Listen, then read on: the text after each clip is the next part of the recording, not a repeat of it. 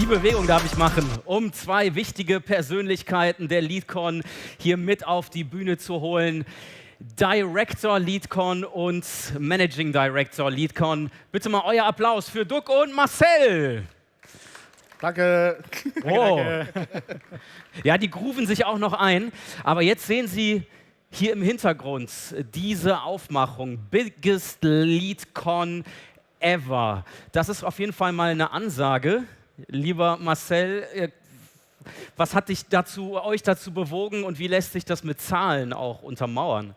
Ja, also erstmal muss man es natürlich auch mit einem gewissen Augenzwinkern aufnehmen. Wir sind im 3. Jahr, das heißt, die Wahrscheinlichkeit, dass die 3. Veranstaltung die größte ist, ist jetzt nicht so gering. Dementsprechend, ja, versteht es so. Aber trotzdem haben wir eine super Entwicklung genommen und das, finde ich, kann man schon auch mal darstellen, denn hier sehen wir die Zahlen. Wir haben dieses Jahr 205 Aussteller hier auf der LeadCon in der Halle.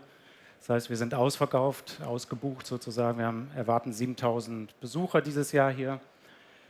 Wir bieten über 140 Content-Formen an, ob das Keynote sind oder Panels, also Workshops oben in den Räumen.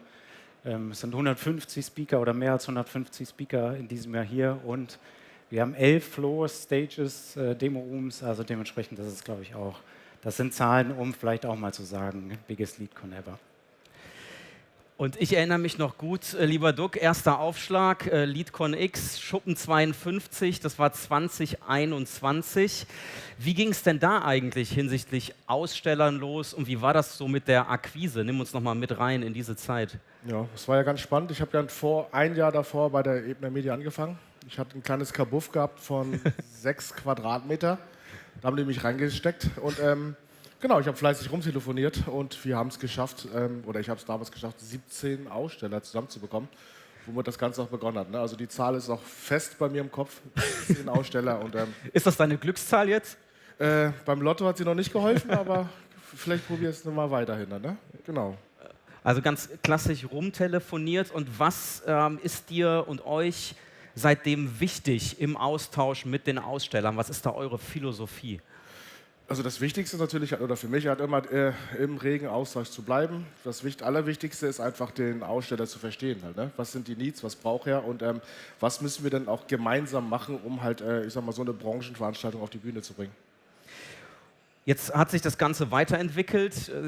Du hast die Zahlen ja auch dazu gehabt, über 200. Was löst das bei dir aus? Ausstellerseitig? Also so wie Marcel sagte, wir sind im 3. Jahr, hatten mit 17 angefangen, im 2. Jahr, ich muss nicht mal auf die Charts gucken, weil das Zahlen sind, die ich auswendig habe. 17, wir sind dann auf 86 hochgegangen, 176 und jetzt sind wir halt über 200 und das in der kurzen Zeit, was uns einfach zeigt, dass das Vertrauen aus der Branche da ist halt.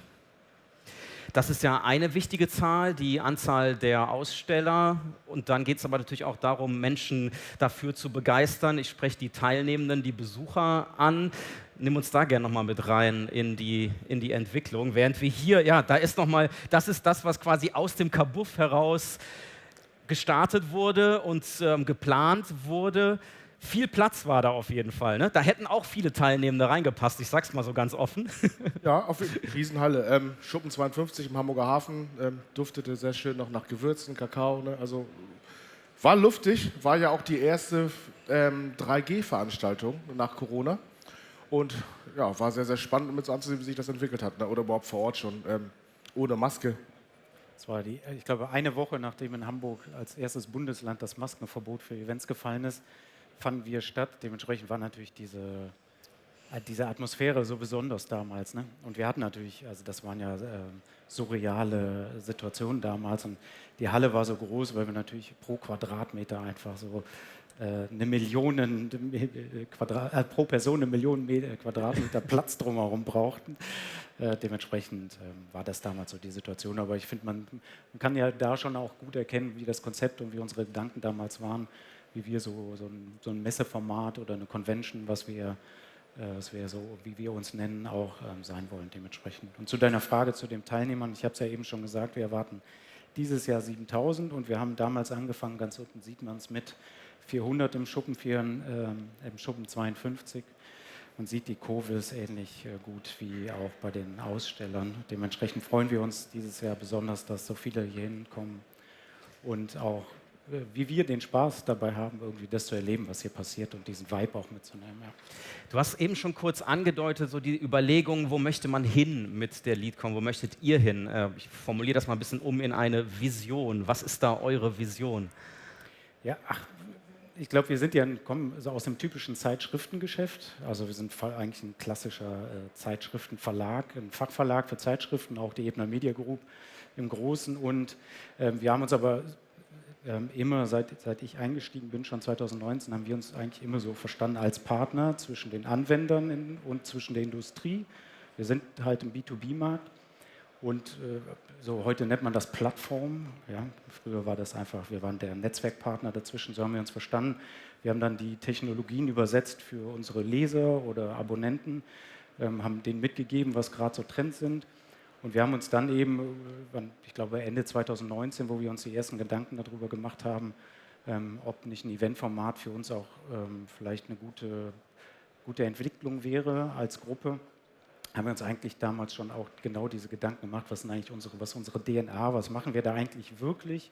Und ein Live-Format daraus zu entwickeln, war dann eigentlich die logische Konsequenz, weil auch hier kommen ja Anwender auf der einen Seite und die Industrie auf der anderen Seite zusammen, um sich darüber auszutauschen, wie man insgesamt den gemeinsamen Job, den man hier so hat, besser macht. Genau.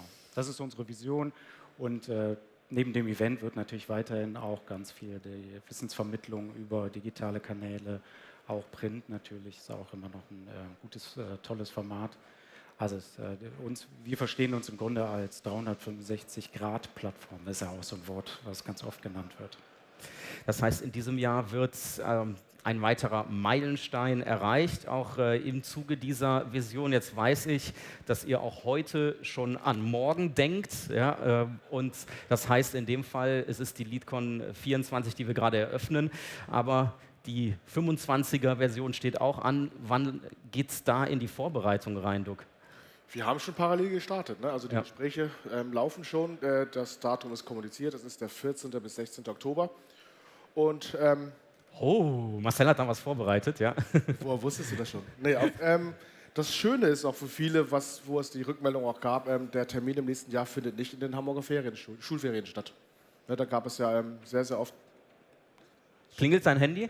Beide klingeln, ja. Hab ich mir gedacht, es ist wirklich ein Wunder, ihn mal ein bisschen auf der Bühne hier bei uns zu haben. Nee, genau, nicht in den Hamburger Ferien, das wird sehr, sehr viele freuen. Da habe ich heute Morgen auch nochmal eine Mail dazu gelesen von einem Speaker, der extra seinen privaten Urlaub hat unterbrochen hat, um halt dieses Jahr auf der Bühne zu stehen. Genau. Und für den haben wir es natürlich geändert. Wenn wir gerade bei 25 sind, dieser Ausblick, wie wird sich die LeadCon weiterentwickeln? Was darf die Branche da erwarten, Marcel? Genau, nächstes Jahr haben wir wirklich spannende News, nämlich wir ziehen um vom B-Gelände auf das A-Gelände. Das A-Gelände, das habt ihr sicherlich vielleicht gesehen, wenn ihr rumgelaufen seid, ist das andere mit dieser größten Fensterfront, wo der Messeturm steht. Wir ziehen dort auch in 2 Hallen, weil wir sind dieses Jahr ausverkauft. Das hatte ich ja anfangs schon erwähnt. Dementsprechend hoffen wir natürlich, dass der Spaß und der Wachstum auch für alle weitergeht. Dementsprechend sind 2 sehr, sehr schöne Hallen. Wir wollten eigentlich ursprünglich von Anfang an da rein, mussten dann aber erstmal hier in die B6, wobei es ja auch sehr schön ist. Aber die A-Hallen sind wirklich das Prachtstück der Messe Hamburg. Dementsprechend freuen wir uns wirklich sehr, dass wir dann in diese Halle AA1 und Halle A4 gehen, die auch sehr eng beieinander sind. Es ist ein überdachter Übergang, also es wird ähnlich schön gemütlich, wie wir es hier in der Halle haben. Sind dann auch 18.000 Quadratmetern, also auch nochmal da ein ganzer Schwupp. Und was wir im nächsten Jahr auch sehr gerne und mit sehr Fokus antreiben werden, ist das Thema AVCon. Das ist die Sonderfläche hinten von mir aus in diese Richtung. Geht da gerne mal vorbei, da ist auch noch eine große Bühne. Da geht es hauptsächlich um AV und IT-Integration-Themen. Das wollen wir im nächsten Jahr ausbauen, weil wir mit Professional System und auch dem A-Ward, der am Donnerstag stattfindet, natürlich auch dort genau das Themenumfeld haben. Genau, wir freuen uns dann jetzt schon auf nächstes Jahr, aber jetzt erstmal freuen wir uns jetzt auf dieses Jahr. Absolut, da tauchen wir jetzt ein. Vielen Dank für kurzen Rückblick und Ausblick. Ich bin froh, dass wir dich einen Moment hier auf der Bühne hatten. Jetzt kannst du gleich überlegen, an welches Handy du zuerst rangehst. Bitte gib mal einen ordentlichen Applaus für Duck hier bei uns auf der Bühne. Ich darf dich mit runter begleiten. Wir können gemeinsam gehen.